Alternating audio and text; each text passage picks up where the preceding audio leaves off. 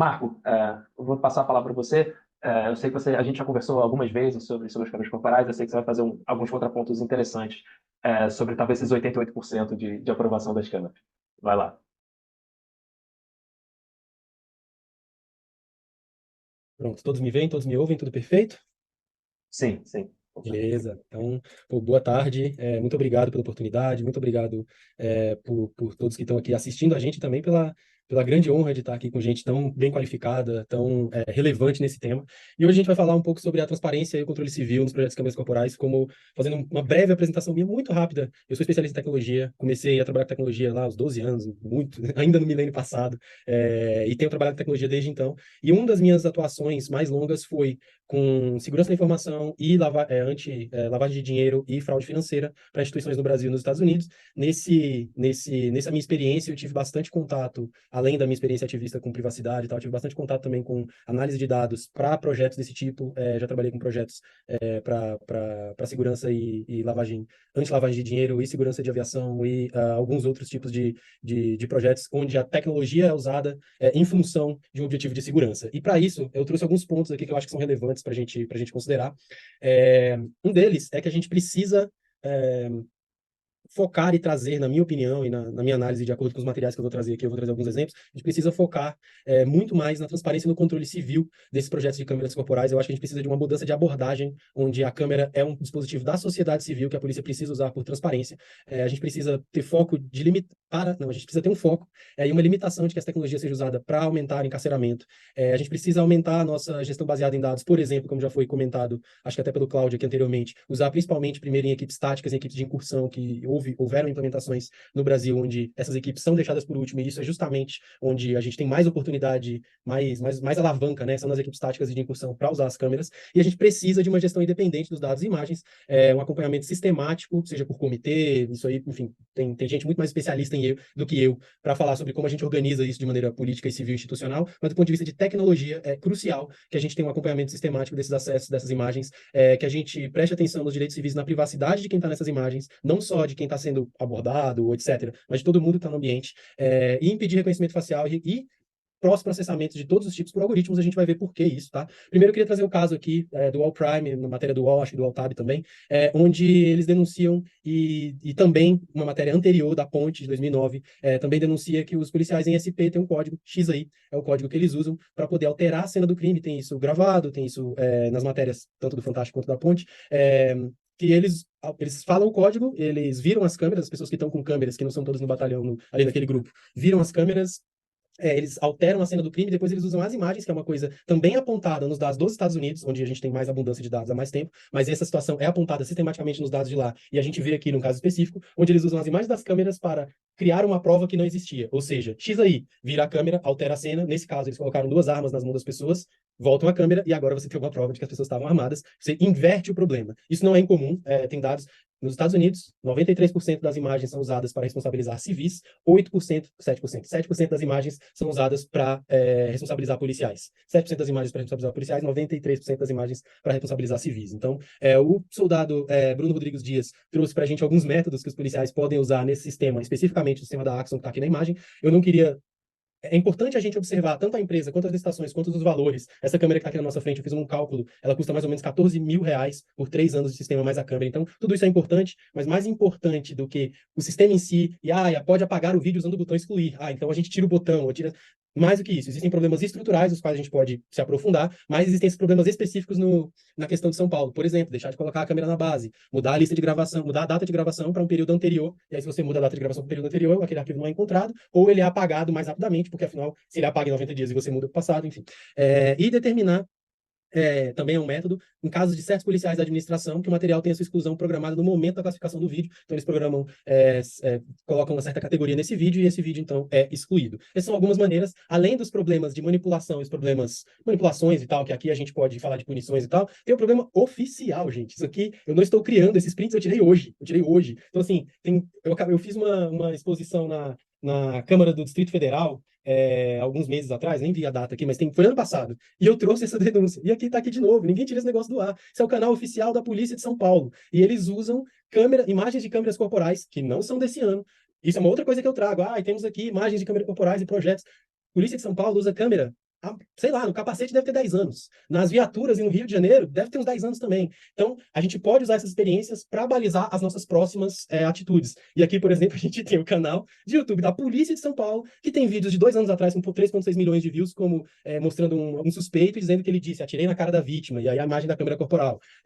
Acharam que seria fácil, o trabalhador recebe arma na cara e vibra com o que acontece depois. 2,8 milhões de views. Saidinha para o crime, um vídeo de um mês atrás, com essa coisa de saidinha. Deve ser coincidência, não deve? Um vídeo chamado Saidinha para o Crime no canal oficial da Polícia de São Paulo, com 20 mil views de um mês atrás, de volta para a cadeia, porque o cara aparentemente rodou numa saidinha. Deve ser muita coincidência. E outra, quem está fazendo esse negócio? Quem está pagando? Lógico, somos nós que estamos pagando, mas enfim, é isso. Esse aqui, isso está no ar, gente, isso existe. Isso não é passado, nem futuro, nem possibilidade. Horizonte óbvio, reconhecimento facial. Reconhecimento facial nessas imagens é um horizonte óbvio. Eu diria que é impossível impedir. Eu diria que é impossível impedir, mas eu vou fazer de tudo para impedir. Porém, eu diria que é impossível impedir. E aí, reconhecimento facial é uma tecnologia racista. Por todas as abordagens que você quiser pegar na sua vida, do jeito que você quiser, reconhecimento facial é uma tecnologia racista. Reconhecimento facial é uma tecnologia racista contra indígena. Reconhecimento facial é uma tecnologia racista contra pessoas pretas. Reconhecimento facial é uma tecnologia racista na Bahia. Reconhecimento facial é uma tecnologia racista no Rio Grande do Sul, na Flórida, no Massachusetts, em Nova York, na China. Na China, literalmente na China. Esse estudo aqui comparou os da China. Os vieses dos algoritmos chineses é menor do que os dos Estados Unidos. Tem viés. Então, é isso. E é um horizonte óbvio. Como é que a gente vai impedir isso? A gente tem que impedir. Nos Estados Unidos estão tentando passar leis que impeçam esse tipo de coisa. Eu vou tentar de tudo, eu acho que vai ser impossível. Polícia do Rio de Janeiro apagou imagens. 90 pedidos de acesso à informação, responderam 8, 3 sem imagens, 4 gravações manipuladas. Na prática, os pedidos foram ignorados. Eles deixam a câmera na viatura, tampa a câmera com a mão, faz qualquer coisa, porque quem controla o dispositivo controla a narrativa. A gente vai falar mais sobre isso. Polícia do Rio de Janeiro, experiências passadas, isso é uma questão interessante. De novo, essas experiências com câmeras, elas são sempre faladas em períodos. Os pesquisadores pegam períodos de 3 meses, de 6 meses, de 1 mês, de 3 semanas. A gente vai ver. Tem experiência de todo tipo. E aí a gente fica usando as experiências de 1 mês, de 2 meses, não sei o quê, que são positivas e legal, que trazem dados que mostram que a redução, que a violência policial reduziu e tal. Mas existem as outras experiências que dão errado pra caramba. E elas somem. E é incrível. 26% das imagens de câmeras corporais entregues pelo Rio de Janeiro aqui nessa matéria da Alma Preta, que não é o levantamento anterior. O levantamento da Alma Preta é de outro período. O número de mortes em confronto com a polícia quase que dobrou nas áreas que implantaram as câmeras nos uniformes da PM. Câmeras corporais não reduziram mortes causadas por policiais no Rio de Janeiro e o número de confrontos e agentes feridos também cresceu. Isso tudo é dado, tá aí, pode procurar. E outra, de novo, tem que ter cuidado com essas análises. Mesmo aqueles dados, eles são dados de períodos. E esses aqui também. E eles vão parar na Agência Brasil. E eles estavam esses dias em todos os jornais. Essa matéria especificamente é uma matéria recente. Câmeras implantadas no dia 8 de janeiro, de 24. Considera os dados de 23 dias, porque é janeiro. Consideraram janeiro de 24 contra janeiro de 23 nesse estudo aqui. Porém, janeiro de 24, eles implementaram a câmera dia 8, ou seja, são 23 dias. 23 dias, implementaram as câmeras, pegaram os dados e saíram falando por aí que a câmera corporal reduz a violência policial.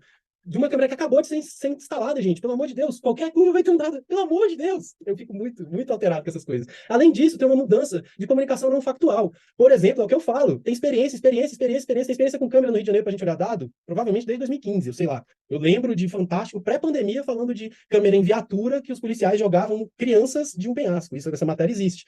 E aí a gente fica cortando os dados e falando que a experiência nova está aqui na nossa frente. Começaram a ser utilizados em janeiro desse ano no Rio. As câmeras corporais começaram a ser usadas em janeiro desse ano no Rio.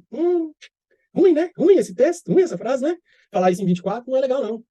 Então, voltando, resumindo, transparência e controle civil nos projetos de câmeras corporais. O que a gente precisa? Essas são as propostas. De novo, as câmeras corporais, elas são ferramentas importantes. Elas podem ser usadas, principalmente em equipes táticas, em vários casos, elas precisam ter, mas elas são ferramentas e ferramentas. Não adianta jogar elas na cidade, colocar as câmeras corporais em agentes da Receita, igual tem a proposta no Rio de Janeiro, em agentes da Receita, e achar que isso vai mudar alguma coisa. Isso é só vigilância e venda de câmera, de novo.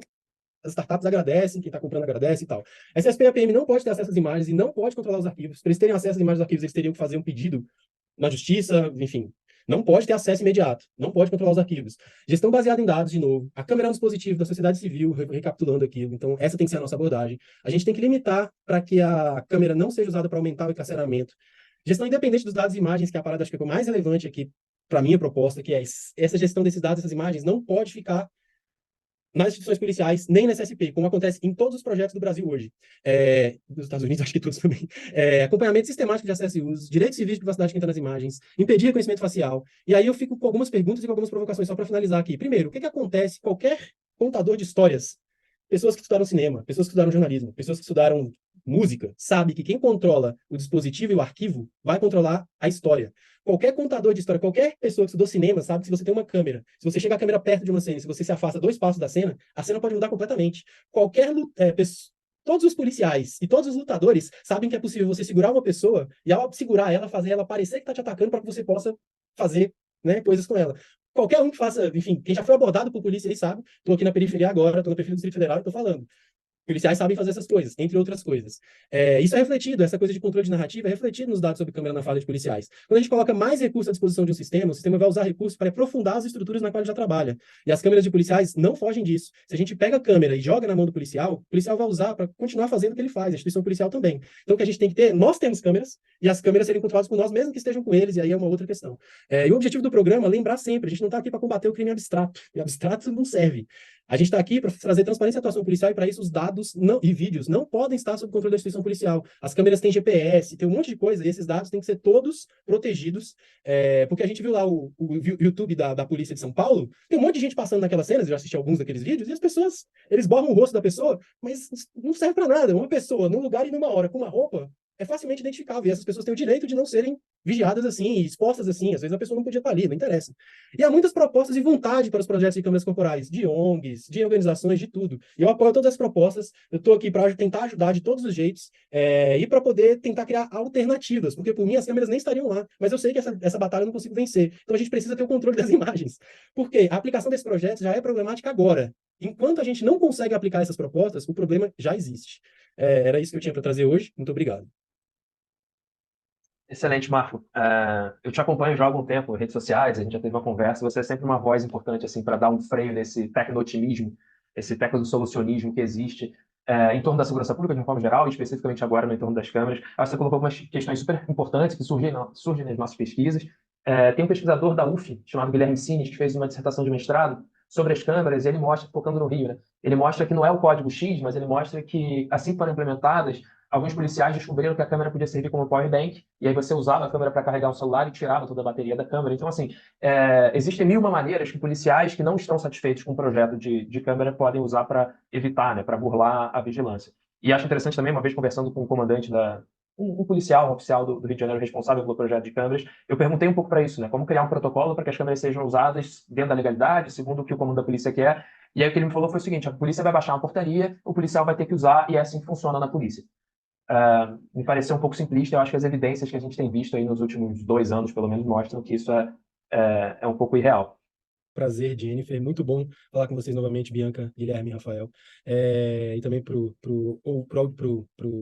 ouvidor, é isso? Que estava aqui das polícias? O Cláudio, isso. Isso, pro Cláudio, exatamente. Desculpa, ele não está mais aqui, eu esqueci o nome. Mas, pô, muito obrigado. E eu queria dar um pouco da minha perspectiva, porque, diferente, acho que da maioria que está aqui, não sei de todos, mas eu trabalho como programador de campanha de publicidade na internet. Então, assim, meu trabalho, eu estou aqui como um ativista, e é um tema o qual é muito caro para mim, um tema no qual eu me envolvo há muito tempo, porque eu tenho uma série de convicções e de análises, uma mistura de vivência com o estudo que eu tenho, em que, para mim, a polícia... Então, assim, eu ouvi algumas coisas, algumas perspectivas aqui, mas para mim, a minha perspectiva é que a polícia, por exemplo, não é uma força de trabalhadores como quaisquer outros, como você falou, Daniel. Essa não é eu sei que isso é uma abordagem possível, essa não é a minha abordagem. Para mim, os policiais não são uma força de trabalhadores como outros, como, por exemplo, diretrizes e perspectivas de privacidade pessoal e nada disso. Eu não acho que essa... Para mim, a polícia é uma força de ocupação militar. Eu moro na periferia, eu estou na periferia. Eu apanhei da polícia pela primeira vez, eu tinha 4 anos de idade, da PM do Distrito Federal. Eu não parei de apanhar até sair daqui. E é isso, a adolescência inteira, abordagens, abusos da polícia civil, muitas, da polícia militar, de todo tipo. Então, para mim, eu sou um radical nesse sentido. Para mim, a gente tem que construir sociedades onde a polícia seja cada vez menos necessária. Eu não estou falando de abolir a polícia amanhã, como foi feito em greves de polícia. Não é isso, a gente não é idiota. Mas a gente precisa construir sociedades onde o policiamento seja cada vez menos necessário, onde a gente tenha cada vez mais dinheiro em programas sociais, em redução das desigualdades, etc. E para mim, a minha abordagem, assim, quando a gente fala de chamar, por exemplo, um major da polícia para nos ajudar a fazer o programa de câmeras na farda, eu discordo, não pode ser assim. Essa é a minha perspectiva, a perspectiva de muita gente como eu, claro. Não pode, não é assim. A gente não pode usar a perspectiva do ocupante. Eles são ocupantes, eles vêm aqui e ocupam os lugares. Basta olhar a Praça Roosevelt em São Paulo. Praça Roosevelt em São Paulo tem 2 delegacias. Quando eu cheguei em São Paulo, era um centro de cultura maravilhoso, de cultura urbana, com roda de rima, com capoeira, com bicicleta, skate. Hoje tem 2 delegacias e quase nada mais, e e destruição. Então, para mim, a polícia é uma força de ocupação militar. Fica a dica. O Fim do Policiamento, do Alex Vitale, está aqui, para quem quiser ler, que traz perspectivas de por que o policiamento na escola cria o pipeline de escola-prisão que tem nos Estados Unidos, por que o policiamento para crises de saúde mental causa mortes, eu chamei eles para acudir meu filho, eles mataram meu filho, por que chamar a polícia para brigas de casal causa mais violência e etc. Então, essa é a minha perspectiva, a perspectiva é que nós não deveríamos considerar a perspectiva da força de ocupação nesse sentido para construir os projetos com a gente tem que considerar a perspectiva deles para entender e para poder reagir, como, por exemplo, eu acho que, já que a gente não consegue tirar as câmeras das fardas deles, eu não consigo fazer isso, eu não acho que seja esse o caminho, a gente tentar, pelo menos, pegar o controle dos arquivos. A gente, por exemplo, impedir eles de usarem as imagens para fazer encarceramento. Isso não é impossível, gente. As coisas só podem ser usadas num sentido, no outro sentido não pode. Existem várias ferramentas que a gente pode usar e, para mim, assim, essa é a minha perspectiva, essa é a perspectiva de muita gente com quem eu convivo, com quem eu vejo aqui da minha janela, com quem eu passo os meus dias. E sábado passado eu estava sendo abordado e abusado pela polícia do Distrito Federal. Então, é uma questão, para mim, direta, pessoal, e por isso eu acho que eu tento tanto trazer essa mistura de experiências pessoais com as minhas opiniões técnicas, porque é isso, assim, a gente precisa, no mínimo, tirar o controle das imagens das mãos deles para que eles não possam usar essas imagens contra nós, como já têm usado com alguma frequência. Excelente, Marco. Acho que não precisava nem justificar por que você está aqui. Você é super legítimo, você é uma voz importante no debate público, por isso que você chamou. E eu acho que assim, o seu puxão de orelha é interessante também, porque tem um debate longo, bastante profundo já na sociologia da violência, com um viés mais marxista, que pensa justamente a polícia não como parte da classe trabalhadora, como uma fração da classe trabalhadora, mas como uma instituição que tem como função reprimir qualquer tipo de movimentação política que possa gerar distúrbios no sistema capitalista e tudo mais. Então, se você pegar uma literatura depois ali das reformas neoliberais, tem muita gente batendo um pouco nesse seu ponto. Talvez eu tenha usado o conceito ou o termo de forma pouco, sei lá, pouco precisa, digamos assim.